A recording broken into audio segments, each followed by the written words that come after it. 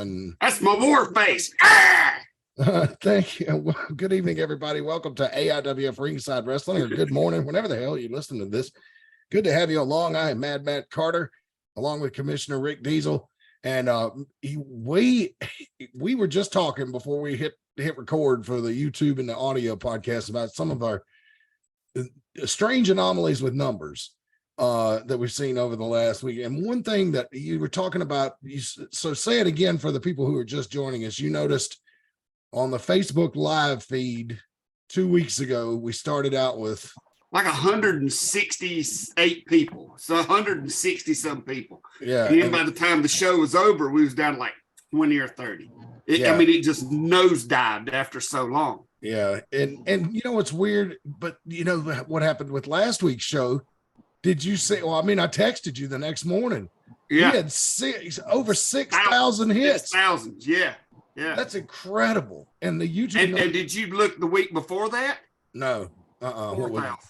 Wow. So the Facebook live thing is the most popular venue, even though you can get this thing on YouTube and audio platform. What I tried to do this past week, was just about every day I went on Instagram, Twitter, and Facebook and posted the link to the audio for Apple and Spotify. And let's see, let me go to Buzzsprout real quick here and refresh and see if it impacted. Well, it did. We were 4. Well, you know what? The numbers are so bad, I'm not going to put it out on the air. But they doubled by the extra promotion. So if you follow me on Twitter or Facebook or the Instagram, I don't think you can share other people's stuff on Instagram, but if you give us a share or a retweet whenever you see those links pop up during the week, it'd be greatly appreciated, because it does seem to help a little. So if you're out there listening to us, watching us, we definitely appreciate your help. Brian and Reagan have joined us, AIWF Hall of Famers, Brian and Reagan Danzig. And there's something I wanted to bring up last week that I didn't get to, so I'm going to do it right away before I forget. T.W. Rose was a referee in the AIWF and sidekick to Kevin Phoenix for a while, but we haven't seen him in a long time. I talked to him. Did you? I'd like to see him referee again, but I don't know if he wants to do that. Well, he's right now he's mulling over I don't know if it's the best way to put it without giving out information that he don't want to put out, but he's change the venue. Yeah, he's thinking about changing the venue. Oh. Yeah, there might be a change coming, you know what I'm saying, in his life, and he don't know how it will affect his time being able to come back. You know what I'm saying? Oh, he's got to get all that worked out, and then once all that's handled, then we'll know. It took me a minute to put it together, but now I got you. So the other thing I wanted to mention, Brian, I thought about you yesterday when I was watching Money in the Bank. There is a guy in WWE that I think you would just love. He's the Intercontinental Champion right now. His name is Gunther. And I was just watching him wrestle yesterday, and I was thinking, man, this dude can wrestle in modern times. And if he were alive during the 70s, I bet you he could have good matches with Wahoo and Johnny Valentine. That's how good this motherfucker is. And if you have not seen him wrestle yet, I would encourage you to. He's a chopper. Yeah, yeah. He could chop. That match he had with Sheamus in Cardiff, Wales several months ago. Oh, man. Good God. It was brutal. They beat themselves bloody in that match. And the match he had last night was with Riddle. Wasn't as good because he had been smart going into that match and attacked Riddle and hurt his ankle and just exploited that and made him tap out last night. But the man is a wrestling machine. It's just unreal how good he is. It's just absolutely incredible. So if you have anybody out there, if you hadn't seen Gunther wrestle yet, you got to check him out, man. Dude is good. Yeah, I've heard good things. Yeah, he's like his whole gimmick is, you know, I am preserving the integrity of professional wrestling. Like, I won't do anything silly like that. That's what, like, he beat up the New Day one time because he said they were silly. You know, and so I mean, it's just it's really cool. They call themselves the Imperium. It's 3 of them now. The other 2 aren't nearly as good as him, but they are an interesting faction. And I'll tell you what, man, that crowd in London yesterday was something else, man. Right? I think wrestling in general is on the upswing right now, and I don't know why. I'm glad, but I'm not sure what's doing it. You know, WWE's reporting all these record houses. You know, hell, even AEW, they're going over to London, and they've almost sold out Wembley Stadium last time I checked the map. So I know some of that when they go to London is like because wrestling doesn't come there that often, you know, from the US. And so I better see it now because they might not be back for 4 or 5 years, you know. So I know that plays a lot into it. But I mean, they've been Raw and SmackDown been recording record houses here in the States the last few weeks. What do you think, Rick Diesel? I mean, that's we've all been around this business long enough to know it's a roller coaster. It has its up and down. It's up, then it's down, then it's back up again. I mean, we all know. We've all seen it. We've all been there. And a lot of it, I think. Well, the Wembley Stadium things, AEW's new over there. They've seen it, but they've not seen it live. So that's a big thing for them. It's just like with us in the 90s, you know. ECW come out and everybody got on this kick of stuff that we were doing, and that you know packed houses for us all in 4 states. I mean, you know what I'm saying? So we know the ups and downs, but it's like surfing. You ride the wave when it's there and hope for the next one when it's gone. Yep. So all you young wrestlers, save your money while the wave is high tide right now. Well, that and I think part of it too has to do with the fact that I think the emergence of AEW has helped the WWE in that. I mean, when did the lull happen? I mean, WWE started slowly going downhill when WCW went under because they didn't have that competition. It's like now, whether WWE wants to admit it or not, they now have competition, and that makes them work harder. It's like they just kind of coasted there for years because they didn't have any competition. If you wanted to see big time wrestling, WWE, that was it. Now fans have an alternative, and it's causing WWE to step up their game. Yeah, and they have been, honestly, for the last few months. I mean, I think Raw is still 3 hours long and it's just hard to sit through. So, you know, if I wasn't working and having it on as background noise, I don't know that I'd watch all 3 hours, but I will say they're trying. You know, they're doing more with Raw, you know, drawing out stuff, you know, running a lot more slow burn type storylines. I don't want to get too deep into weeds talking shop, but and SmackDown, you know, that's on network television. That's on Fox. That draws a lot of eyeballs every week, you know, because it's on free TV, and that show's been on the upswing too. Think apart with the Bloodline storyline and everything else, but man, it's just out. But I think you're right, Brian. I think having AEW out there, it creates that sense of pride with the people inside the WWF. It's like, man, or WWE, man, we got to do, you know, we got to step it up, man, and be 10 times better than these new guys. Yeah. Well, a lot of people, if you listen from WWE, will admit that WCW helped them create the Attitude Era, that competition. So they're going back to that now. They're having to get that competition is back. So they're going to have to start getting edgier and giving people, you know, better storylines. They're going to have to quit being lazy in their booking, and they're going to have to step it up. And that, you know, it could be another resurgence because if I'm not mistaken, I've heard people say that haven't the WWE started getting a little edgier now. A little bit. They're not using sex, but yeah, it's. I mean, the stories are a little edgier. It's more violent. Yeah, and they're gonna have to because that's what AEW is about. I mean, they've got a lot more violence and a lot more, I don't know, reality based storylines. I mean, you know what I'm saying? They don't mind getting out there and bleeding a little bit, or you know, putting their bodies at risk, and I feel like WWE will have to follow that. Even Sting, I mean, I thought the man was dead this past Wednesday on AEW. Have you seen that clip yet of him jumping off that ladder? Yeah. Yes.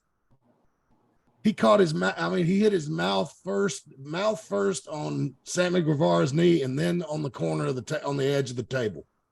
And he just slumped over, and they went back to a wide shot of the ring, but you could see every fan in the place is looking over at Sting like, holy shit, is he dead? Because it looked like it knocked him out. I mean, he had that, I don't know if you could see, but like when he hit and he kind of went back over this way, his eyes had that glazed look on him, like he was just, out of it. And I'm thinking, Sting is 61 years old. Reagan got some background noise going on there. Yes, hold on. Hope it ain't a fight. Uh-oh, she muted, and oh boy, them kids are getting the business now. I don't even want to know what was said while that was on mute. Might even be even put her face out of screen, so there wouldn't be no lip reading. Yeah, and we played the Iron Sheik on here before, and so she had to mute we're definitely not afraid of the language, that's for sure. But anyway, so we'll see how things go in the national promotions, and hopefully that translates down to the indie promotions. But we've got a big show coming up July 4th in Mount Airy at Veterans Park. Do we not, Rick Diesel? Tell us all about it, because I went on Veterans Park's website, and they don't really have much. No, they ain't gonna say much about it. It's just something we're throwing together for the people at the park.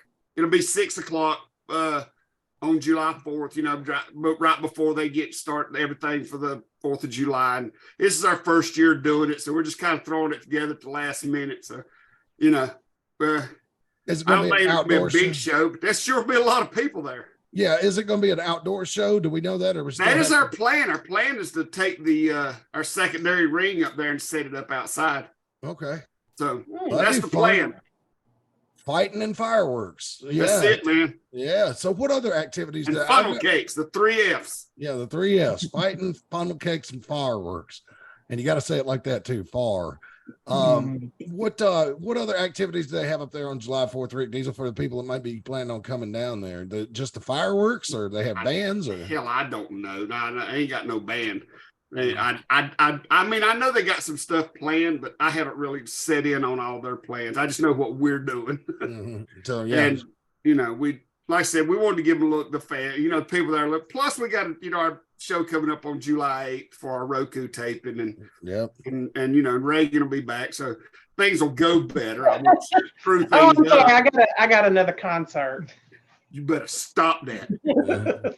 I do have one the night before Deal with Steel, but it's the night before. Let me tell you how hard. Let me tell you how hard it's been to edit that footage from that last show, because I know if something wasn't done right, I have fought and fought. I think I finally got it, but I fought and fought and fought to get it right. So. All right. Yeah, I'll be there. I'll take the reins. Reagan's gonna take the reins and make sure everything goes smooth for this next show. So let's get into the slideshow. Would you like, because since we brought up July 8th, we need to promote that, I guess. So let me see. I need to share my screen first. Hey, yeah, the free bleacher seat post went up today. Also. Oh yeah, I know. Free tickets. Let's see here. Oh no, I don't want to share sound. Let's see. All right, can you guys see the slideshow? Yes, there it is. Okay. And here we go. It's AIWF Ringside Wrestling for July 2nd, 2023. Happy 4th, everybody. And we hope if you're in the Mount Airy area, you'll come spend it with us. We're on Instagram. You can look for us there at AIWF Mid-Atlantic Wrestling and Diesel 247. I am on Twitter at Mad Matt Concord. You can find me there. If you like seeing videos of people falling down, getting hurt, that is your one-stop shop, because I retweet all that shit. The Dangerous Don Carson Memorial Tag Team Tournament. Well, we've only got one slot left in the semifinals. And are we going to have a tournament match on July 8th, this Saturday? It is a possibility. That's all I can say. It's a possibility, because the ROKU taping. Anything can happen. Anything can happen. So get ready, get geared up, fans. You don't want to miss this as we fill out the bracket for the 2023 Dangerous Don Carson Memorial Tag Team Tournament. And that, of course, the big event happens. We're going to be there on the 4th, but the big event, the ROKU taping, is going to happen Saturday, July 8th. This Saturday, July 8th. And the bell time is 7 p.m. Tickets are $9 for the floor, $6 for the bleachers. But, like a motorboat, if you have been on AIWF Mid-Atlantic social media, you'll see the free tickets have come out. So you can actually come for free if you just print that ticket out or just show it to the ladies at the gate when you come to the show. So just save a picture of it, right, Rick Diesel? It doesn't have to be on paper. Yeah, they just show them the picture of the ticket, but you have to now. You have to show that ticket. You can't just come up and say, hey, I heard it's a free ticket. You got to show it. So you're going to have to do a little work for it. We give it to you, but you're going to have to work for it. No bait and switch. No bait and switch. That's right. So this is another poster I found. It's Ty Tyson's first official appearance as hardcore champion. I noticed it says down here at the bottom right, bring your signs. I don't know if that's a good idea or not, but yeah, if you want to, go bring ahead. them. It's ROKU. We don't care what we put on there. As long as they ain't got a picture of you naked. Yeah.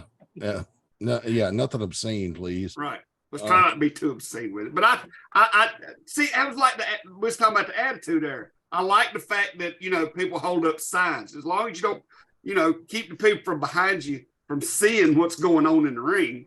You know what I'm saying? But if you want to hold up a sign, we'll point the camera at it. I got a sign taken away at WCW one time. What did it say? Eddie, get a green card, Guerrero. Well, they used to. I do not believe that in today's society, but back then in '99, I had that at Charlotte, and they took it away from me. Well, they used to, when Eddie Guerrero went to the WWE in the early 2000s, people used to hold up signs that says Eddie Guerrero mows my lawn. Well, what I was told is it was the decision of the wherever we went, Ovens, I don't know, wherever it was at, like it was the building's decision, not the WCW's decision. Oh, so the building didn't like it. Passers. That was probably what is now known as the Bojangles Coliseum. Yes. Because that's what WCW used to run a whole lot. I love that building. It is such a beautiful building. It's so much fun to watch wrestling in. I seen my first Alice Cooper concert there. Oh, really? First of many, by the way. Yeah. I would love to see Alice. He was doing a tour earlier in the year, but he's I don't know. Always touring. I don't even think he owns a house. He just lives in a tour bus, right? I think he lives in a bus and a hotel. I've never seen. He's like 80 years old. I've never seen anybody tour as much as he does. Yeah. Comes out of one into another. Yeah. So anyway, so there, Ty Tyson making his first appearance as hardcore champion. So come on out, check us out Saturday, July 8th. Look for those free tickets on Facebook, and they'll probably be getting shared around Twitter and Instagram and everything later today or tomorrow as well. Let me just go ahead and read a couple of ads real quick while we're here. Premier Auto Detailing, our latest sponsor. Hands down, the best car cleaning service in town. You can reach out to them at 336-883-5722. That's 336-883-5722 for more information. They can do, a detailed job on a car that you maybe had sitting out back for a while that's really, really dirty. Or if you just want your regular ride cleaned up and it needs to be, down toothbrush-like detail. Or if you got a car lot or you got a fleet of trucks for your business, anything like that, they can help you with all that kind of stuff. So save yourself some time and some trouble and let Premier Auto Detailing handle your auto cleaning needs. That number one more time is 336-883-5722. And we thank them for sponsoring Ringside Wrestling. Tees Treats. That's the last one. Tees Creations. Starting to blend together. Tees Creations, custom apparel. Man, if you need custom made sweatshirts, t-shirts, they do tumblers, all that stuff you can get custom made. You can find them at Tees Creations. That's no punctuations. teescreations22.com, teescreations22.com, or you can find them on Facebook under Mark Zuckerberg's watchful eye, Tees Creations by Allied Apparel. That's Tees Creations by Allied Apparel. And so, like, if you want shirts for a little league team's uniform, you're having a family reunion, you want some custom shirts that you're going to hand out to everybody that comes to the big family reunion, they can help you out with that. You know, you see, if you're watching on the video feed of this, you can see that they do the custom front license plates, you know, because we only have to run rear license plates here in North Carolina and Virginia. You're not gonna do you much good, but yeah, you can get those. And so just reach out to them, teescreations22.com or Tees Creations by Allied Apparel on Facebook. Rick Diesel, is any new or earth-shattering announcements coming out of Tees Creations right now? No, not a thing. All right. Nice and quiet, I guess.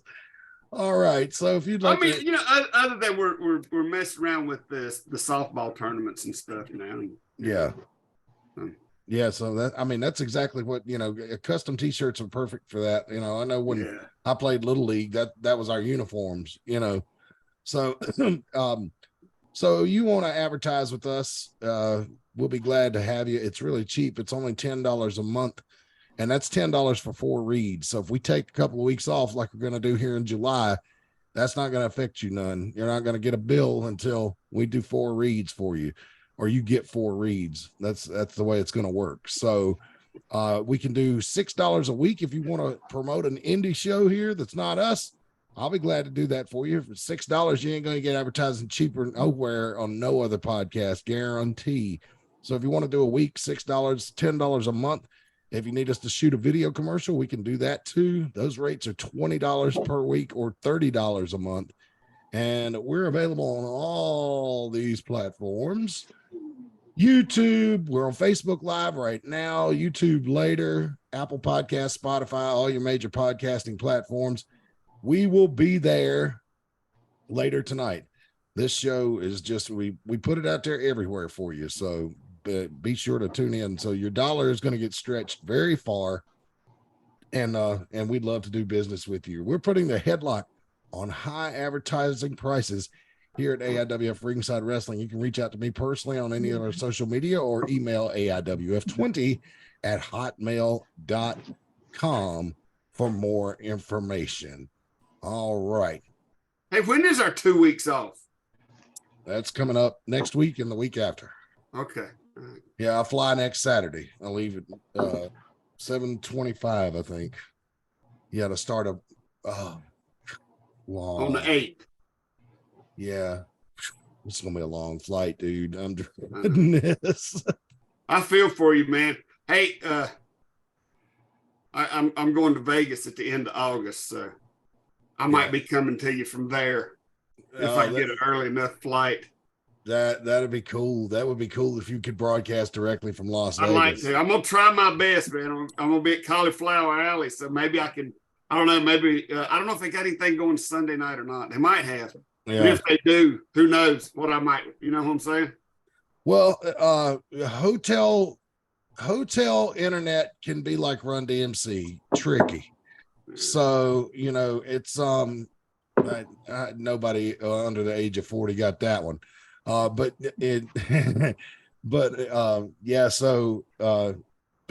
hopefully it'll work for you. I'm going to be interested to see how the internet works this hotel I'm staying at over in the old country. See, we could probably still do the show. Maybe we might have to be on there at 3:00 in the morning, but we can pull that off, can't we, Reagan? Sorry, I was eating a raw hot dog. What?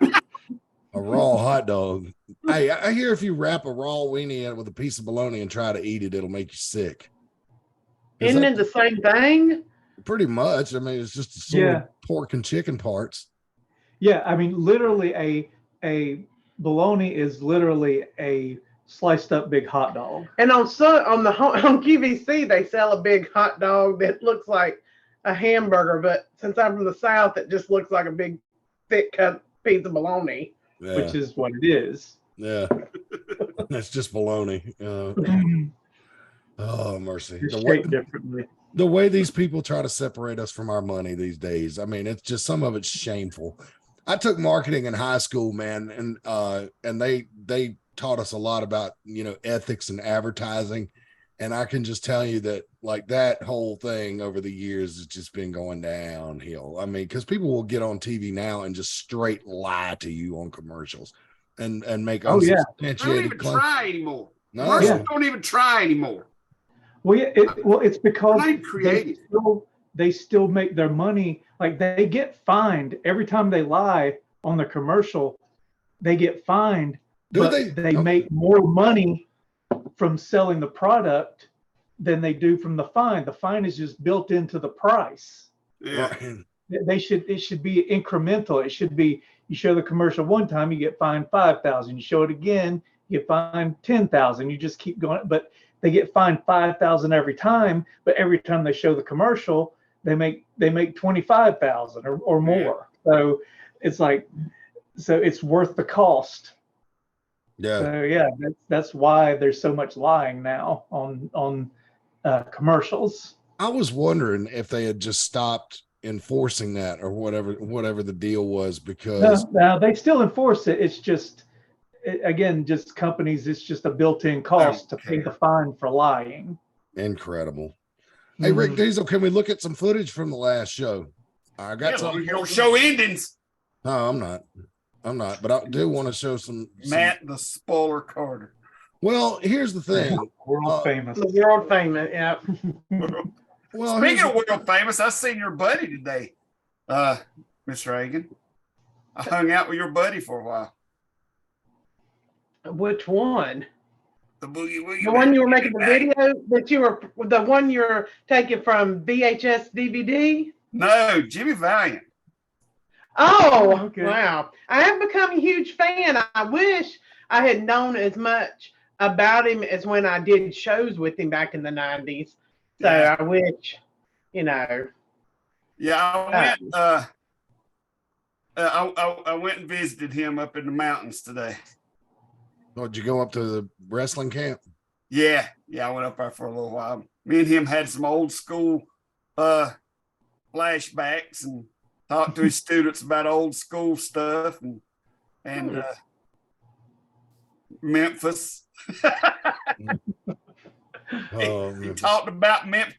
He told me, God bless him, he was telling the story of when he was in Memphis, and he said he had lost the Southeastern title to Jerry Lawler. He said he went on TV afterwards, and he said that he told him, he said, I lost the belt to Jerry Lawler. He said, I was screwed. And then he hesitated.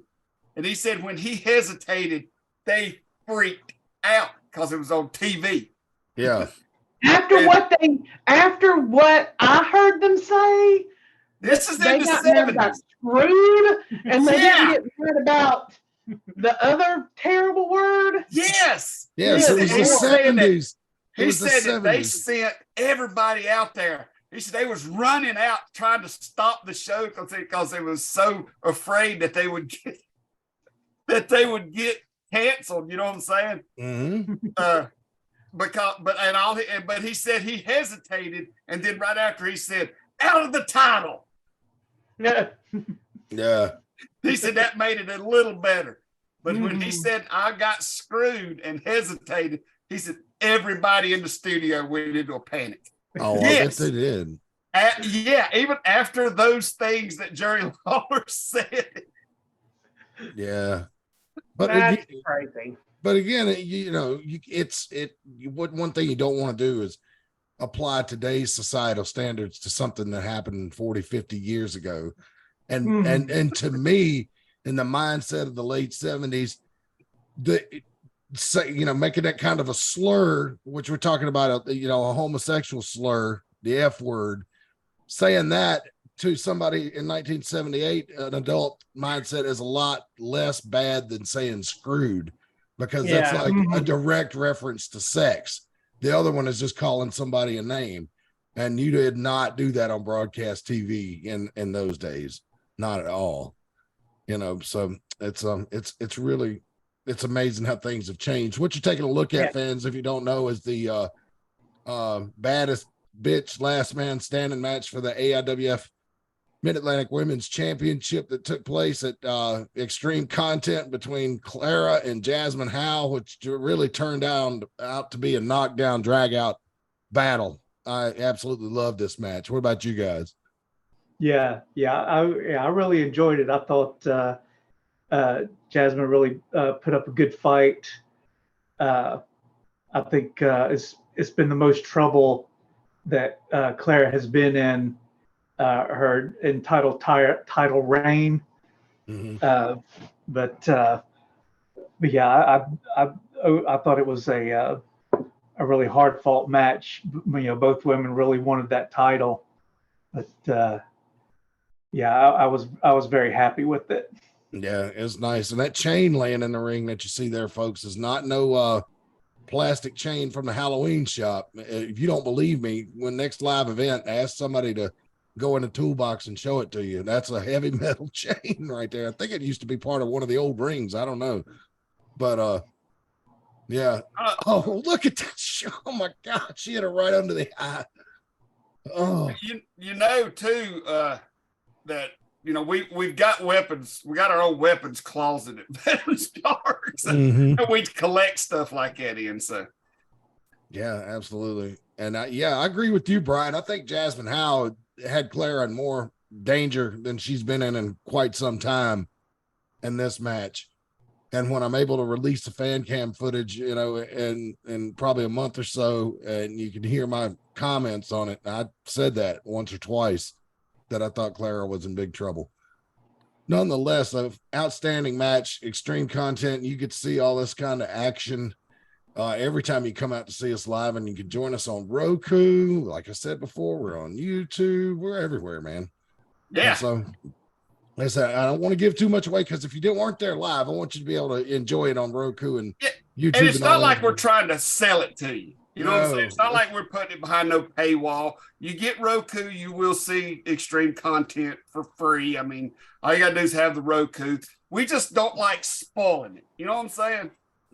Which makes it hard in the internet age, because, as soon as the show ends, people posted, who won, and, and if there's new if there's new champions crowned, I feel like that we need to announce that, because we're not going to keep it quiet. I think so too. It's just, you want to then you want them to then be able to watch and see what happened, right? And how the titles changed hands without necessarily, spelling it out. But again, we can let people know when a title has changed hands. And most people's going to talk about the show anyhow. The fans, they take pictures and they talk back and forth. It's just, we want to be able to show you, we want to be able to show you the journey, to its completion without you, we want you to be able to enjoy it. I mean, everybody knows the Avengers was going to defeat Ultron. They just didn't know how. Yeah. But they watched the movie. Yep. But anyway, so I've finally got all my fan cam footage loaded up to the computer. Well, I don't know, the computer and the phone were working together great today for some reason. I was able to upload 3 videos right back to back to back. And usually I have to wait. I'll upload one, have to unplug the phone, come back in about 30 minutes. Sometimes it'll work, sometimes it won't. Sometimes it takes me days just to get, 15, 20 minutes worth of videos up. It's incredible. That's why I'm thinking about buying an iMac, so I can just airdrop to my main computer at home. But anyway, but a lot of great action coming up. We've got 2 shows in July. We've got this one on July 8th, and then when's the next one? The 22nd. 22nd. Yeah. That's the Don Carson Memorial Tape. For the have we showed these yet? No, we've seen pictures of them online. I think we've shown a picture of them online, but I don't think we've actually seen them.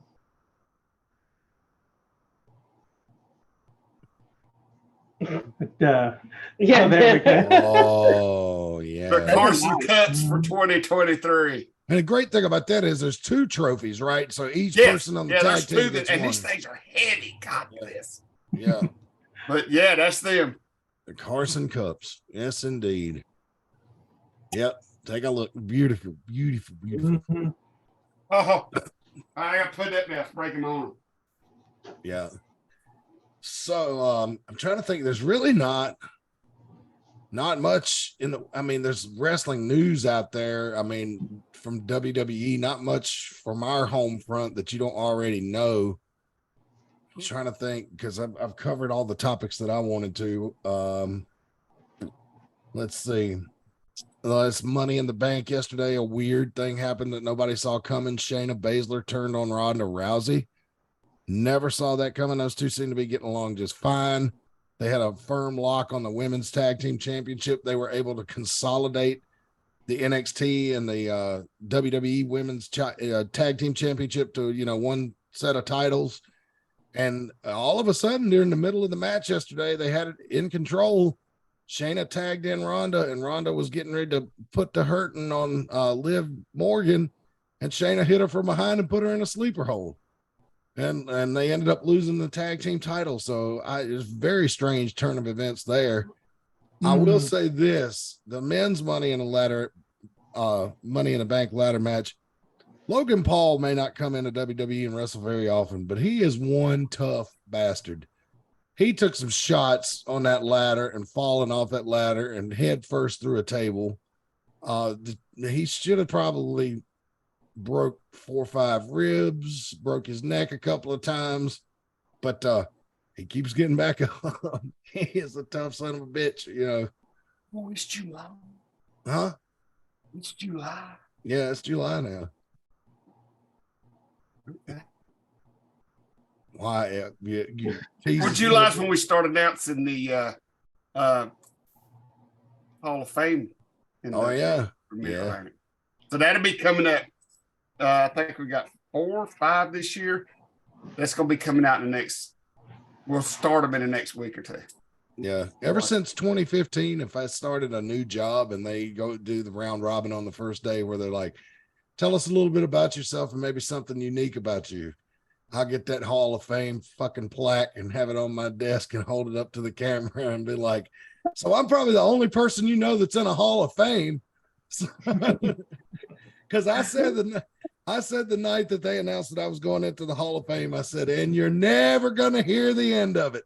And I meant it, because that's like, that meant more to me than any other thing I've ever got in my entire life. So any accomplishment I could have made to be put in a wrestling Hall of Fame, are you kidding me? Some hillbilly from Virginia, Well, the thing about it too is it's not just some lame old Hall of Fame either.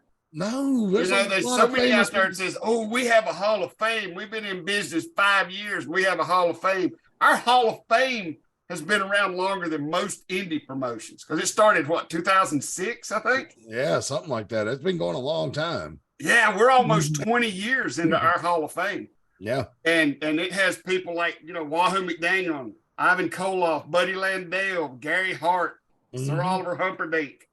I mean, you know what I'm saying? And then the big stars from the AIWF who all started when they were little youngins. Yeah. It's awesome, man. To be recognized, the group of people like that is just absolutely incredible. And so I look forward to those announcements every year. You talking about Sir Oliver Humperdinck, he did commentary with me on a show in Elkin one night. Well, if we ever run across that tape, I would love to find that out, because he came out and managed somebody in the first half of the show and then went back. But I guess he noticed me sitting out there doing commentary. I was by myself that night, and he came back out and during the intermission when we were about to start up, and he said, "Hey, do you need some help on commentary?" I was like, "Yeah, I sure do." And he goes, "Okay." He said, "Well, I've done it." I said, "I've never heard you do commentary before." And he said, "Oh, I've done it." And he said, "You just didn't see it around here." He said, "But I've done it."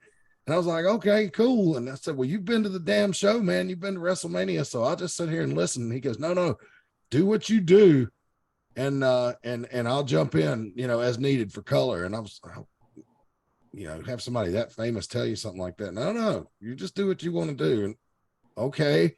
And I said, "How should I address you on commentary?" He said, "Sir Oliver." And after that, we went, and it was the most natural thing. I mean, it went really smooth. And the cool thing about having Sir Oliver Humperdinck there was like, you had somebody that had been to WrestleMania, had been, worked all over the country during the territory days. He'd done it all. And to have him sit there and give analysis of our little show as we're plugging along in Elkin that night was absolutely fantastic. It was one of the best experiences of my entire life. I learned so much from that guy, and just doing commentary with him for probably less than 90 minutes. It was absolutely incredible. So, yeah. Any other Hall of Fame stories or thoughts anybody wants to share? Because I don't have a lot of topics tonight, guys. I'll be honest with you. It's like we're in between shows, and it's like slow news day for AIWF Mid-Atlantic. Let Reagan talk. Oh, I was just going to say RIP to the Stalker. He was pivotal in bringing in Gary Hart and Oliver Humperdinck. Mm-hmm. And he was a member of the family. So, interesting fella. Yes, very much so. Very interesting. Very well traveled, from what I understand. Yeah. And quite the character. Quite the entrepreneur. Yeah, he was quite the entrepreneur. Well traveled entrepreneur. Yeah. I sent him. I wrote him once when he was away at summer camp, and so that was interesting. My mom told me to quit.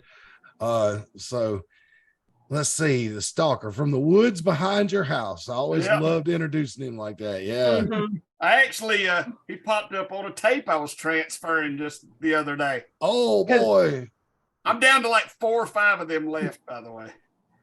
One of the things all the ones that actually are labeled. Now I'm trying to figure out the ones that are not labeled. Oh Lord. Because the one Stalker thing I remember is in West Virginia when y'all got arrested.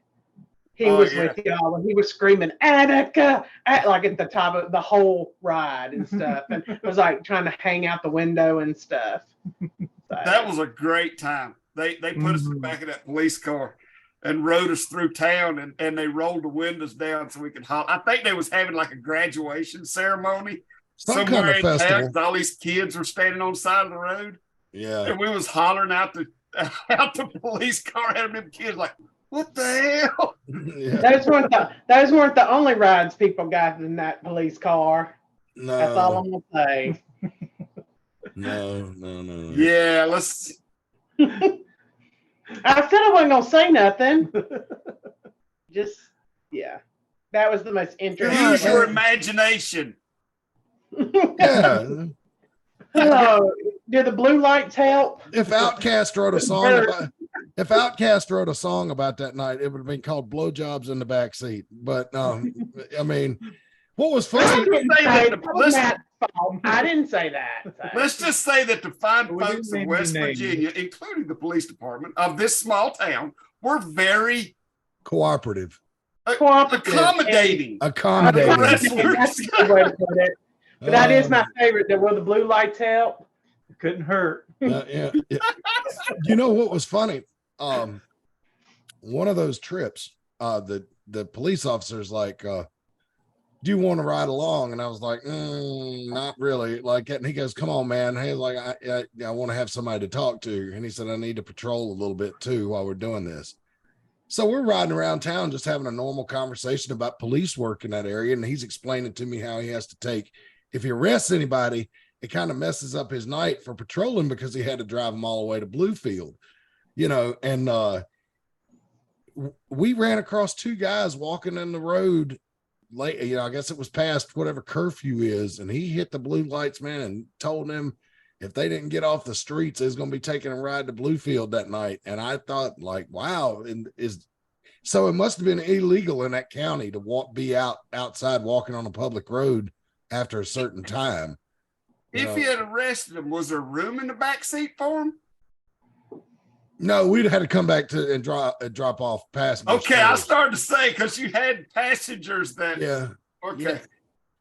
And that was before the internet. You could have put that on Pornhub or something. Yeah. Well, oh Lord. No, I don't think it would have got many hits because the Slee Stack was involved. Yeah. So, I called her Lex Luger. I thought she looked like Lex Luger. Really? I thought yeah. but I could see but see, the funny thing about that is that I called her Slee Stack because another person hung that name on her, and that was the person she was in the back seat with that night. So there's a little inside baseball for you right there without telling any names. I don't know. Because I'm sure I just keep going back to the story of the guy after Don Carson broke my nose with the newspaper box. I just keep going back to the paramedics setting my nose back in the ambulance, looking at me going, "Don't touch that one right there. She'll give you something. We ain't got nothing in this ambulance that'll fix it." No. You know, what's interesting is Slee Stack then found her way to Mount Airy. Oh, mercy. But Lord. The Slee Stack wasn't a local. I mean, not to West Virginia. She was a Martinsville local. But maybe we're talking about two different people. Y'all are talking about two different ones. Oh, well, I know both stories. You're talking about two different ones. You're talking about, Matt, you're talking about the Martinsville Slee Stack. Yeah. And Reagan is talking about the West Virginia tag along. So that's why she followed to Mount Airy. So she may have looked like Lex Luger. Maybe I She did. She had the forehead of Lex Luger. I'm surprised it didn't get in the way.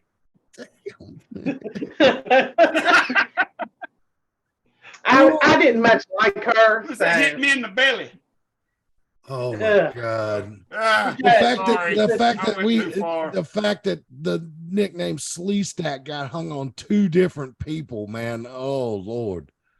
Oh Lord. If you, and for all you kids out there, again, anybody under 40 doesn't know what a Slee Stack is unless you saw the Will Ferrell movie Land of the Lost that came out about 15 years ago with him and Danny McBride. Just Google it. Slee Stack. SLEESTACK. Yeah, but this was Slee Stack before that movie. This was Slee Stack from the original TV show. Yeah, you know what? Let me get on Google. You know what you're talking about? Yeah. Okay, so you're gonna have to tell me off camera because I don't. That Slee Stack might have been before my time. Might have been because I don't. Might have been going. What Slee Stack? Wasn't that one involved in the incident on the top floor of the hotel in Bluefield? Yeah, that's before me. That's way before me. Matt, wasn't that one there? I don't. Which incident was it? I just remember Frank Manson trying to fight me that night. There's a Slee Stack. Look at him. You're gonna. I don't know who this is, so you're gonna have to tell me. Yeah, there's a picture of Slee Stack. Yeah, and this is from the Will Ferrell movie, from Land of the Lost. That was pretty similar. They did real good with copying them off. Yeah, I just remember on the original TV show when you heard that, like that little girl would scream and they'd all go run off. They were terrified of the Slee Stack. What the Slee Stack would eat? Yeah, but on the top floor of the hotel in Bluefield, when we rented that whole top floor except that one room that had them girls in it, that was terrified all night. Yeah. Didn't somebody pass out and the Slee Stack end up in the bed with them? Yes, they did. I'm trying not to give too much because I don't want to get no heat started. You know what I'm saying? I remember the scream, though. I still remember the scream. Ah, ah. There's been so many to come and go that had nicknames. The Bluefield Hotel, the Hotel Bluefield, West Virginia was a night to remember. Man, yeah, because there was like a bar / liquor store right next to it, and they sold beer, and there was pretty much like you could drink there, or you could take it. It was an ABC on and off type permit, so you could buy it there and take it with you, or you could drink there, whatever you wanted to do. So we started drinking there, and then bought some and took it back to the hotel, and we rented every room on the top floor of that hotel except one, and there was 2 or 3 girls that was in that one room. Bless their heart, and they was terrified to come out of that room all night. Yeah. I don't blame them. And body count almost killed me over a chicken leg. Mm-hmm. Now, see I know I had way too much to drink that night. He chased me all over that hotel for a piece of chicken, man. But it's body count. I mean, I don't know why in the hell I didn't just give it to him. Yeah. Well, because there was nowhere to eat because everything was closed and Bill and Denise tried to warn us. They were like, there's going to be nothing open. It's like, no, there has to be something open. There was not. It was completely black. There was nothing. It was a wasteland. Yeah. Yeah. That was Bluefield back in the 90s, man. Yeah. Not much has changed. Although I do like anytime going through West Virginia, man, I always stop at Tudor's Biscuit World. You know, man. Biscuits like cat heads. Yes, they have cat head biscuits there. Oh my God. Fucking marvelous. Yeah. Tudor's Biscuit World. Look it up, Reagan. If you look at the pictures on their website. I'm going to now. Yeah. It's like their version of Biscuitville, you know, like only bigger. Yeah, only bigger. Yeah. Yeah, their biscuits are huge. Like I mean, they used to be back in the day. I haven't been there in a long time. Yeah, I was there last year before last when I had to go big. Yeah, Ohio. Oh God, yeah. I ordered 2 biscuits thinking I was gonna, that it's gonna be enough to fill up my fat ass. And I'm like halfway through the second one and I'm driving going, oh God, I ain't got no more room. Go to Tudor's. My first I ever went to was in Tennessee. Oh, really? I didn't even know that was in Tennessee. Paper mill. Ugh. Yeah, paper mills don't smell good. No. I do want to say something. We're not slut shaming anybody. Everybody that came through that was doing those things, most people appreciated it. So we're not slut shaming. Hell yeah, we appreciate it. No, we appreciated everyone. We just use nicknames to protect people's identities. That's all. Exactly. Yeah. Exactly. We not have any ill will towards you whatsoever. Everybody appreciated all their hard work. Yes. And all their traveling. Yes. Yes. I mean, hey, you didn't get lockjaw, I'll never know, but God bless you. Lockjaw. Oh God. I thought that'd been remedied with vaccines, but anyway, no, I was always grateful for people like that. So just me, always grateful. Let's see here. What else? Hall of Fame coming up. Deal with the Steel will be coming up pretty soon. Deal with the Steel's in a little over 2 months. Yeah, August. It'll be too much longer. Matches will be starting getting as soon as soon as Carson's over. Mm-hmm. No, Deal with the Steel's in like 6 weeks. Yeah, August. It's coming up quick, man. Yeah, they'll start announcing. We'll start announcing Deal with the Steel moments this month too. It's July.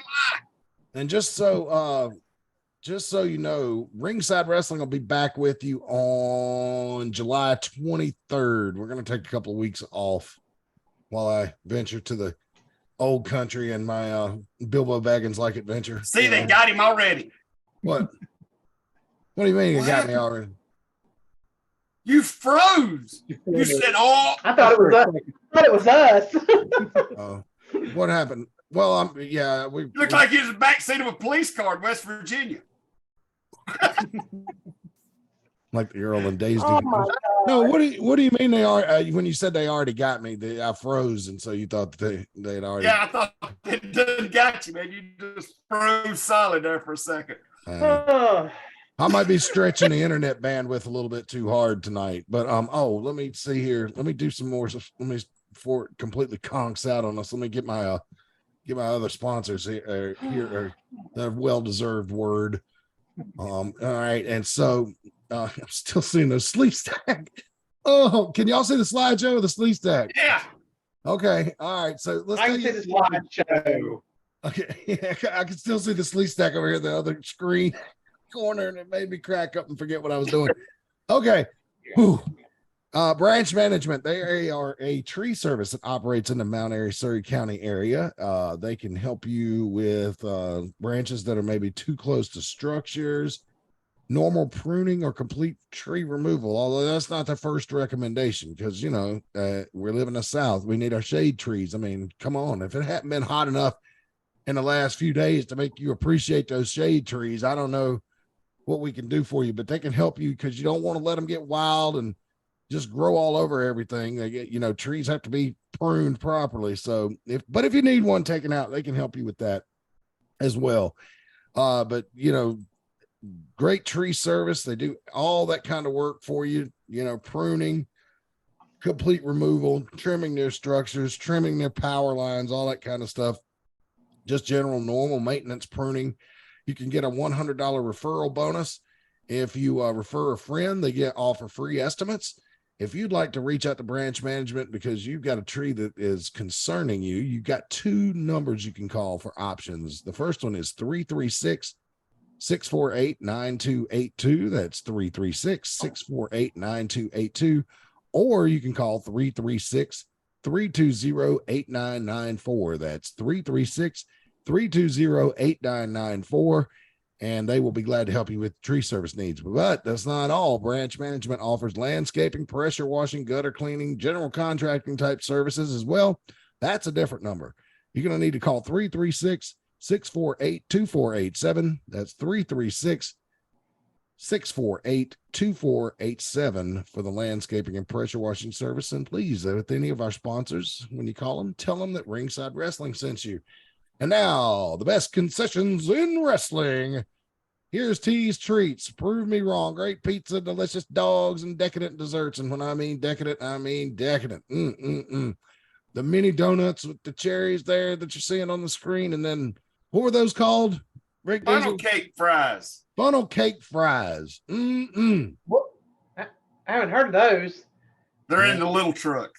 They're not the main one. Oh, okay. So if you see the little truck, there you go. Yeah. Funnel cake fries. And then, of course, that looks like some kind of milkshake with a funnel cake. That's a mini funnel cake on a milkshake. Wow. I'm telling you, man, diabetic coma, get the old man. And it's so good, man. It's really good. But they've got other stuff too. But the ice cream, the desserts, that's kind of their specialty, I'd say. Where is T's Treats going to be this week, Rick Diesel? They're going to be at the 4th of July at Veterans Park in Mount Airy. They'll be at, can't remember where they're going Friday. They'll be at the show on Saturday. I guess it's somewhere Friday too. I can't remember. Okay. I don't keep that book. You don't keep that book. If you'd like to find out, you can call them at 336-755-8204. 336-755-8204. You'll just need to leave a message and they'll get back in touch with you. You can find more information as well on Facebook. Just search T's Treats, T''S. Yeah, Treats. Keep up with the Facebook because we always know, because we have little pop-up things too. Like there's a chance we might end up at the second truck might end up at AutoZone in Mount Airy on Wednesday. Oh, that's the one with the funnel cake fries and the mini donuts. And is the inflatables through them? Through T Street? Yes, they will be the inflatables will be at the Veterans Park for the 4th as well. We still have 2 now. Wow. Okay. All right. So all kinds of stuff going on in Mount Airy for the 4th of July week, wrestling, fireworks, the big to-do at Veterans Park. And then, of course, our big show next Saturday night. That's July the 8th. And we'd love to see you there. Guys, ROKU taping. Bring your what is it, Matt? Non-vulgar signs. Yeah, non-offensive. Non-offensive signs. Yeah. Yeah. I mean, be offensive to the rest. Be offensive to the general public. Let's don't be Jerry Lawler. Yeah, no no racist stuff. No hate speech. No hate speech. Well, you hate on the wrestlers all you want to. Yeah, but just don't write anything like that down and put, because then they're going to use it. They'll pull our video off YouTube and use it as evidence against you in court. So yes, be careful. Oh, speaking of evidence against you, Rick Diesel, I just soft reminder. I'm trying to do a funny transition. You're killing my timing. A soft reminder episode of Mid-Atlantic. Haven't got it yet. Yeah, I know. Okay. I've been busy. I've been hanging out with Jimmy Valiant today. Well, yeah, I mean, that's a perfect. Telling old school stories to his students. Yeah. I'm telling you, man, that it's one other thing you can check out on the Roku channel if it's still there is my interview with Jimmy Valiant, which was still there. Fascinating piece of business. We just got in that whole thing that lasted just about an hour. we only talked about how he got his start in his Memphis run. We just barely scratched the surface on when he came to Jim Crockett Promotions in the NWA here in the Carolinas. And so I'd love to have him back sometime, because if you have not seen how he and the Boogie Woogie Man and Paul Jones's feud started with him drawing a mustache on a picture of Paul Jones at ringside, and that feud lasted for 4 years. I mean, talk about bad blood. Paul Jones brought in every psycho wrestler he could find from all over the country and the world to try to take out Jimmy Valiant. And I want to know why his tights said Chewbacca. Huh? At one point, his tights on the butt said Chewbacca. I don't know. Mean, my guess would be that was like his nickname, because he had the big bushy beard. But I want to know, if I ever get to meet him, I'm gonna ask him. Yeah. Well, man, and it could have been Star Wars. That was the mid '80s, so Star Wars was huge at the time. You know, Return of the Jedi came out in '83, so maybe he just thought it was be something the kids would like. You know, because I mean, let's face it. You know, the kids love Jimmy Valiant, especially in the Crockett years. Man, his music would hit, and you could hear those high-pitched squeals. Now, it wasn't as they were more the little kids, like, because I don't want Ricky Morton to hear this and be like, "Hey, motherfucker, me and Robert got all the high-pitched squeals." Different age bracket is what I'm saying. You know, Ricky and Robert had the preteen, teeny bopper crowd. Jimmy Valiant had the little kids. You know. Yeah, and like Flair said, he had the ones with the full sweaters. Ricky and Robert, as Rick Flair says, have the training bra people. Oh yeah, all those little girls in their training underwear. Oh my God, I love the my favorite that Ricky Morton Ric Flair feud from '86 is where that was on Worldwide, where Ricky Morton's wrestling Tony Zane in a one-on-one match, and Flair comes to ringside and tries to distract him, and Morton ends up beating Tony Zane, of course, and then Flair comes in the ring and starts, you know, mouthing off or whatever, and then Morton just decks him, and they go wrestling around, and a bunch of wrestlers come break it up and whatever. And Flair goes back for the interview, and the first thing he said was, "David Crockett, that's twice now that Punk has hit me when my back was turned." And he did. Morton hit him right to his face both times. Oh man, it was just a blatant lie. You know. Yeah. Because I grew up with Ricky and Robert, and my friend and I split the price for the Rock and Roll Express fan club. Which came with a life-size poster, a record of Ricky's song, and some other stuff. And I think I had the record and she had the poster, because at the time I wanted the poster, not the record. But I wish I still had it. But but when he got his face scraped off by Ric Flair, it broke my little fifth grade heart. Yeah. I remember crying, I think. Yeah, well, I got sucked into the Roddy Piper fan club back in the late 70s. Oh yeah. And it was called the Piper's Pit. Was it? Piper's, yeah, and all I got was a card.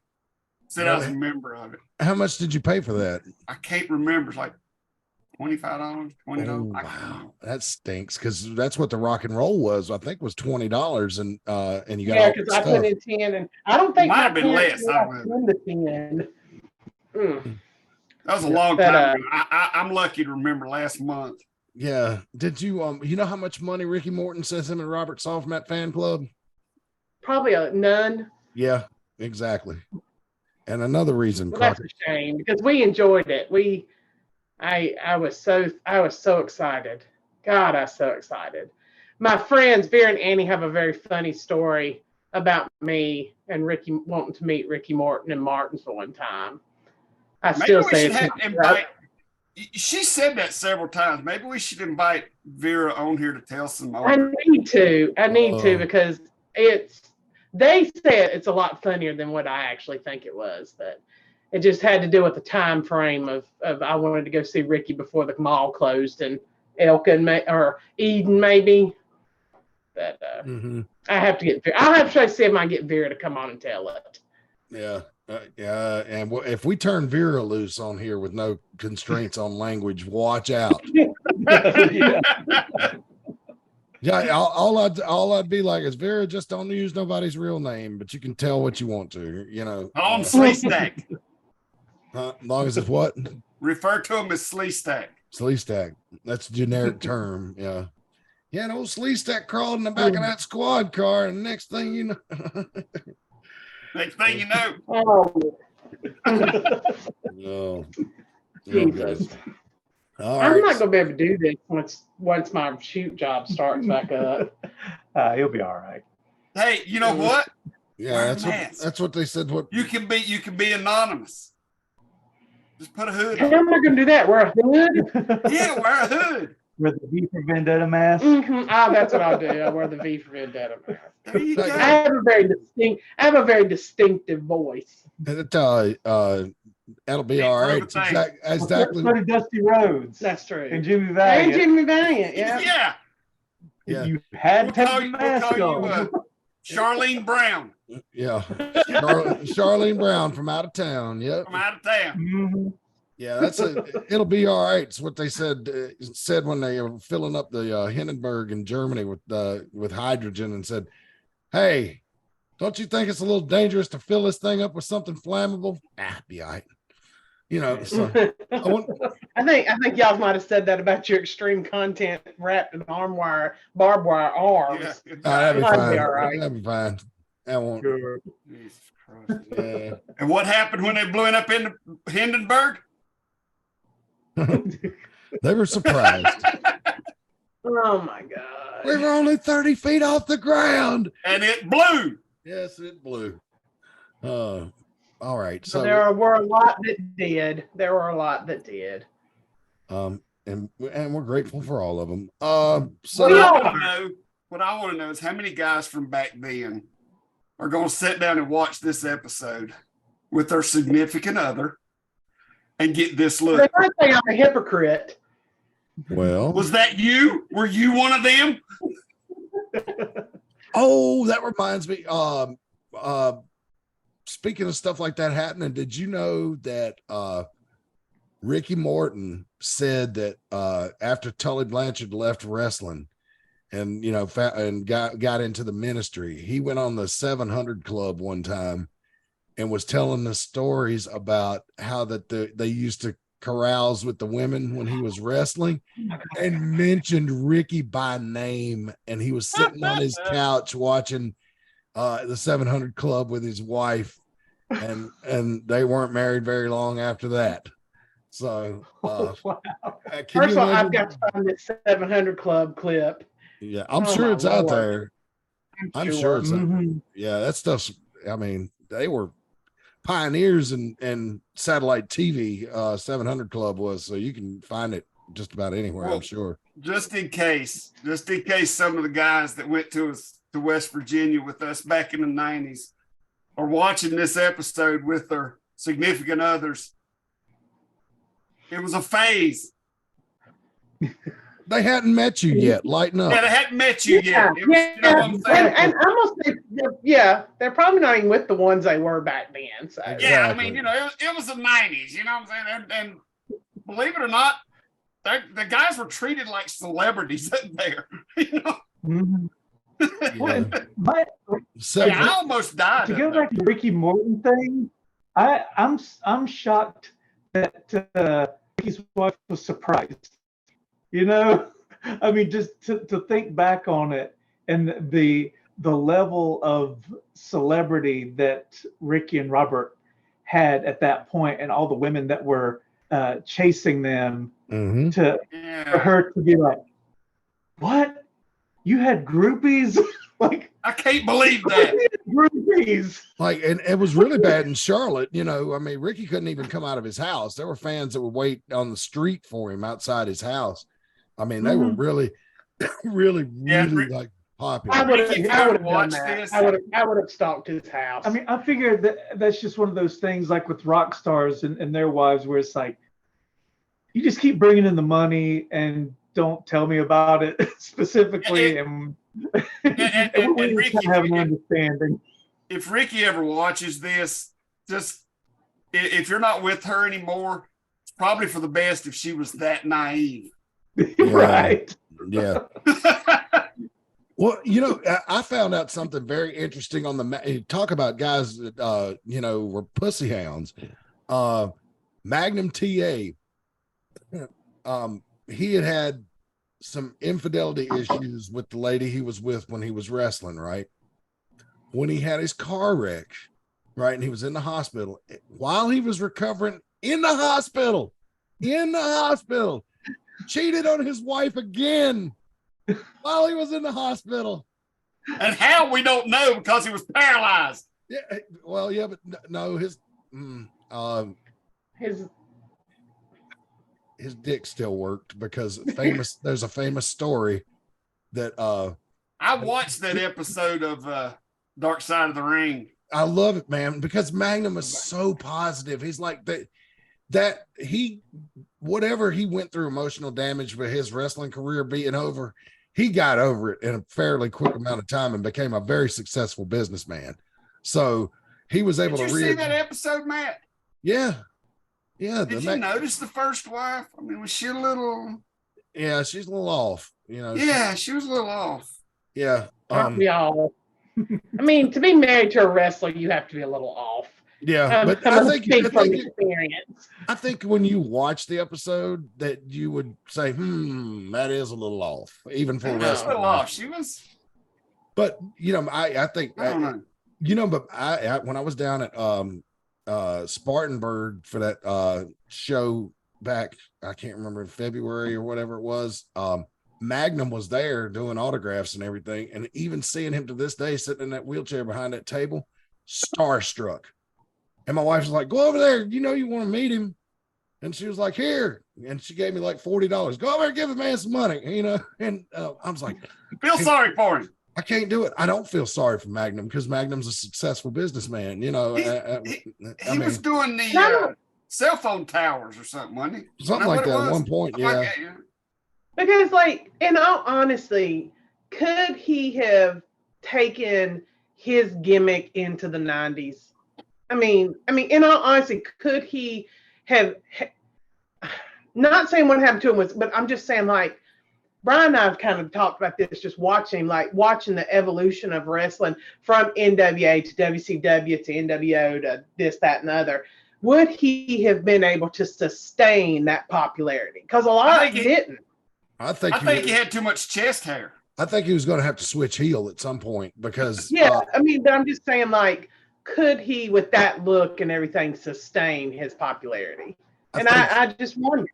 I think so. I think it's just his style. His style was so old school, mid-Atlantic wrestling. I just don't know how. He may have been able to evolve into the more faster pace WCW style, but then he may not have. It's kind of hard to say. Because you just see so many that were huge that just could not make that transition, Yeah, and unfortunately. And I think Magnum T.A. was sexy as hell, so I think neither here nor there. But Scott Hall did. Scott Hall went from a very similar type of wrestler. They kind of looked like they was related. They did. I love a man with a sexy, hairy chest. Oh, the best thing ever. The thing about Magnum that really makes it hard, as Brian goes. I think the thing that makes it really hard to judge about Magnum is because of the time period that he came up in, like a lot of when he wrestled in Florida. If the WWE has that footage, it's not on Peacock. Some of the stuff he did in Mid-South is on Peacock. However, it's the same as when he came to Mid-Atlantic. they did shows back then to just the television did not really have competitive matches. The idea was to get your ass into the building. That's sort of like what we're doing in the indies these days. Well, right? It's to promote the big show. Well, some people do. Yeah. Well, so we're trying to get people into the building. So there's not that much footage of Magnum wrestling in competitive matches. Everybody's seen the matches with Nikita from the Best of 7 series, which Magnum said in that documentary that was his most proudest moment in his career because he had to lead those matches. The match with Dusty and Baby Doll against Cornette and the Midnight Express, there was two of them out there on WWE Network. One in Charlotte, no, the one in Greensboro had the Road Warriors and Baby Doll, but he was with Dusty and Baby Doll against the Midnight at Charlotte, the Bash 86. But if you go on YouTube and you search, and here, I'll show you where it's at. If you just search Magnum T.A. versus the Barbarian, these things come up in Google. And if you go to this one right here, I used to have the whole bootleg of this show. It's Magnum against the Barbarian. Somebody in the crowd is shooting the video. Oh, wow. And it's from a house show in early 1986. And so you actually get to see Magnum wrestle a real match here. Now it's cut up. They cut it in the middle because, they're using VHS and they're trying to conceal a big old heavy 80s camcorder from security. So they don't... Can you imagine? Oh, my God. The ball Denise Holiday could have done it, by God. Well, yeah. Yeah. But anyway, so I used to have a videotape of that whole, like 2 whole shows. That one was included. This guy that I did tape trading with in the early 2000s came across the tape. It's a bootleg tape of this show and one more that somebody shot from the stands in Greensboro. And there's some matches from the old Charlotte Coliseum, what we call the Bojangles Coliseum now. And there was a match on there in like March or April of 86 with the Midnight and a Rock and Roll. Oh my God. I have never seen anything like crazy like that up to that point in my life. I mean, Cornette comes down, introduces the Midnight. As soon as the Rock and Roll step in the ring, man, all 4 just blast off and they fight all over the floor and back in the ring. And it's just chaos for 10 minutes, but it was awesome. And the place was coming unglued, just incredible energy. So, yeah. So I would encourage you to check out that match so you could see Magnum T.A., an actual competitive match. That's, that we hadn't all already seen 100 times. I think he could have. I think if he would have turned bad and started breaking some rules, because you remember he was really angry all the time anyway. So he wasn't a happy, smiling, good guy. He was like, always had a chip on his shoulders and, ready to hurt somebody. And if you remember, a lot of times he lost big matches because he'd fly off the handle and just chuck somebody over the top rope. So, which used to be illegal back in the day, kids. You could be disqualified. Oh yeah. We've been watching a lot of that. So yeah. Or pile drivers in Tennessee. Yeah. Well, I think a pile driver still should be illegal, but those are dangerous. Well, I think it depends on which one. I think the tombstone is more dangerous than the if you know how to give like the one Mr. Wonderful did and Ronnie Garvin did. That one's a little, I think, would be less dangerous because if you knew how to take the bump on your ass right, the head would be safe and your shoulders are hitting the legs and not like you're not having to be in the right position. I don't know. No. I like that one better than the tombstone myself. So yeah, I never do one like Owen Hart style where you drop down to your ass and break somebody's neck. Yeah. I love Owen Hart. He was one of my favorite wrestlers, but he fucked up big time that day, did cost Steve Austin several years on the back end of his career with that injury. I mean, let's just be honest. There's no disrespect to Owen. Speaking of somebody with a broken neck, I saw that Draws died. Yes, he did. He passed very away. Young. He was another one, but I mean, he broke his neck on a power bomb. Yeah, power bomb. Well, it was a running sit down power bomb. Yeah, unfortunately, Paige. What did she get? A kick to the head that broke her, that hurt her neck, her neck. what did Big E? How did he just break his neck? A back body? No, a belly to belly throw, and he landed on his head on the floor. I mean, it's just. I mean, I'm not saying things that the powder is not dangerous. I'm just saying it's just one little thing goes wrong, and it just can. And that's, going back to when we were talking about make sure you're trained. Even trained professionals, 1 second that something's wrong, it goes disastrous. So. And shout out to Kevin Phoenix. Righteous Gemstones is back on. We're going to have episode 4 tonight of the new season. Rick Diesel, I know you're a huge Danny McBride fan. You can't get enough of him and all of his TV shows. So just wanted to give Kevin Phoenix a shout out. I hadn't seen him appear on any of the episodes yet this season, but it's good to have the Righteous Gemstones back. That was like my favorite TV show. I'm just waiting for him to be on an episode, and he'll let me. If it was like last time, he'll let me know and tell me about how far to fast forward into it, and then where I can watch it at a later date. Why do you have such a disdain? And I'll cut it off. Why do you have such a disdain for Danny McBride? What is it? I had this conversation with somebody else one time before. I don't like. Okay, it's like cheap heat and wrestling.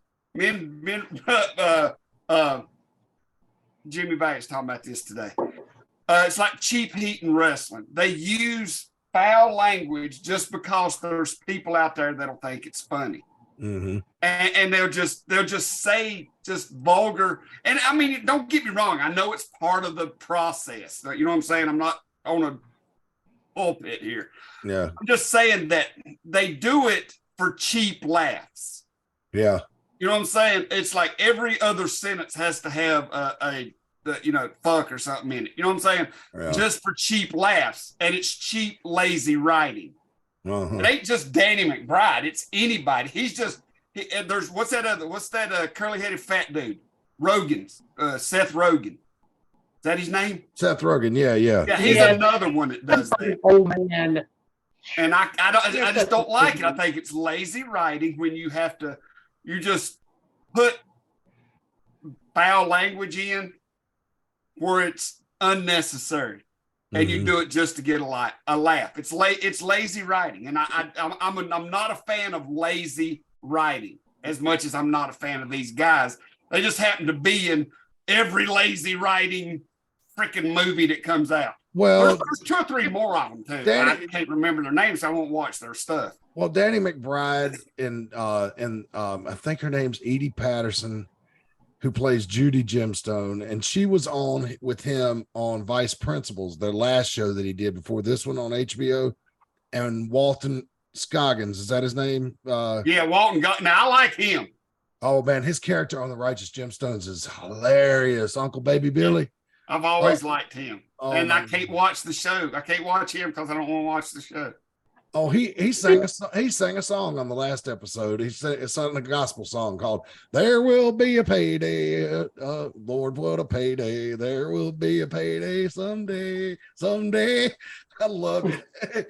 I looked it up, and it's actually a real old time gospel song. But he sings those things like he grew up in a Southern church. Like he knows how to sing that style. It's weird. Have any of y'all watched Heels? No, I haven't had a chance to yet. But now I hear Damian Wayne's on some of the episodes of that.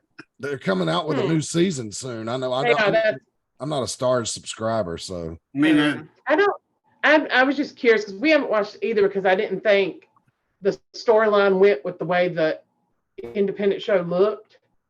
Does that make sense? Like the independent show looked huge, but they're talking about that they're not. I don't know. I have not seen it, so I don't know. I was hoping that some of y'all saw it to see if it's. I haven't seen it, but one of the issues I have about it is they make a huge indie wrestling mistake in it.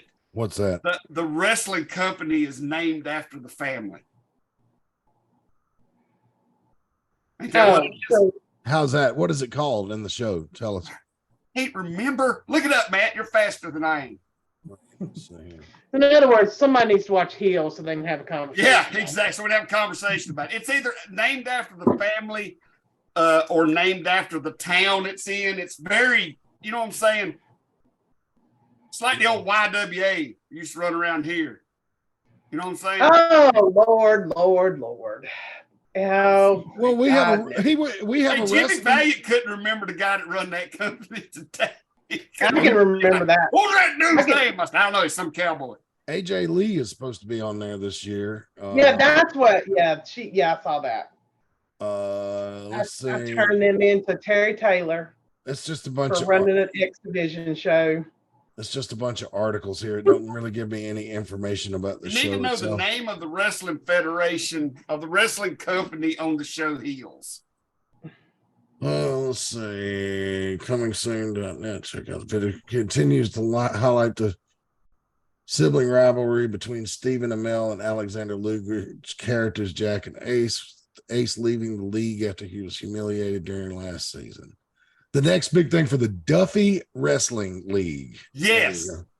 Yes. So they name it Duffy Wrestling League. Has there ever been an independent so full and I think the last name of one of the characters, the main characters, is Duffy. Yeah. So they named the damn wrestling company after the promoter. Yeah. Come on, man. Okay. Who do you think's gonna have the title all the time? Oh, I remember an indie promotion that Lord, that's done. That's done. Been back done. in the day. If you owned it, you got the title. Long before the AIWF came to Martinsville, there was an indie promotion that came and did a couple of shows at the old Cable 6, like in 91 or 92 called ACW. And that was a promotion where the guy that ran the promotion was the champion. Yeah. Yeah, they hated us when we come in. We took everything away from them up there. Well, that's the one that kept trying to turn us into the commission up there. They were unreliable because they came and did one show for Charles, and they came and ran the show and everything went fine. But when they were supposed to come back the next time, they got there, the ring was set up. You know, I drove down because I just got my driver's license at the time and was like, all right, we're gonna have some more wrestling. And the ring's sitting there, but there's no chairs out. There's no anybody, you know, and so I'll walk up, knock on the door of the office, open it, all of them standing there together, good guys and bad guys, right behind the damn front door. And which kind of killed it for me. And then I said, are y'all having wrestling tonight? And they were like, no. And so after that, for me, it was done. It was like, why would you go to the trouble of coming up there and setting up the damn ring and you've got all the wrestlers there and not have a show? You know, if I know the guy that run that like I think I do, I feel like there was probably some issue. They tried to fleece Charles for some money and he wouldn't give it to them. So they was going to try to say, well, we won't do no show if you don't pay us this. I just feel like that's the type of people they were. right. You know, knowing what I found out about them over the years. What was the show we went to? And we went to the door, and everybody was still putting the ring up, like good guys, bad guys, everybody. Well, no, the ring was set up. They were just hanging out, and we're like, by ringside, just standing around talking. And we had paid, and we were like, but we started walking in. We're like, are we allowed in? Yes. Now, yeah, come on. And they're still just standing around the ring, just talking, hanging out. And we're like, what are y'all doing? Or who you're putting a show on for, you know? Right. I wish I could remember where it was at. I don't remember. Yeah, I don't remember. Yeah, because there for a while we would just, if it was a Saturday or Friday, we were wrestling, we would find an indie show to watch. Part of it was for scouting to find talent for us, and then part of it was, you know, just entertainment, just to watch wrestling, and hopefully it would be bad, but every once in a while it would be like, oh, this is actually decent, or you know, maybe be like one or two guys that that knew what they were doing. Mm-hmm. Yeah, remember the days. I just don't go to a lot of indie shows anymore. I come to ours, and you know, I don't. I don't know that much anymore. Same for us. I can't remember the last time I went to an indie show, which makes me sad because I used to love it. Mm-hmm. Yeah. Well, I mean, I would just all be honest, a lot of the guys that wrestle at AML, especially, that come from a training center, come up and wrestle with us. Like, I'd like to go to one of their shows to support them. And Jimmy Love, I've known him for many years. If I lived closer, I would go. I used to drive down to Jimmy Love shows a lot. Rick Diesel will tell you, because I'd see him there a whole lot. And yeah, and that was a lot of fun, man.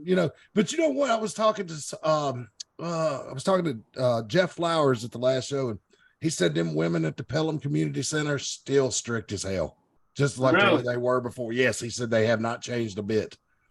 Do they still take ceiling fans down? I forgot about that. I should have asked him about it. They still take the ceiling fans down. Let me tell you what, they've been very loyal to Jimmy, and Jimmy's been very loyal to them over the years. So they have a good relationship. I mean, it's kind of, I guess it's a little fragile. It's tense. Yeah, it's tense. Because they're so strict on him with Jim women. If they just let him go, they'd get a lot more people in there. But all they want to do is sell that pizza. All they care about is that concession stand. You just get people in here and let us sell this concession stand. But Jimmy's had some damn classic shows down there, man. So if you're in that area, go see your pro wrestling at the Pelham Community Center. You won't be disappointed. No, not at all. And somebody let me know if they still take the ceiling fans down. I'll have to wait. They got a TV deal up in Martinsville now. They show on Facebook sometimes, so I'll have to look next time I see them if they're filming in Pelham and see if their ceiling fans are there. All right, guys. Well, we're right out of time. So any final thoughts before we get out of here tonight? Besides, I'm just looking forward to the show coming up this Saturday.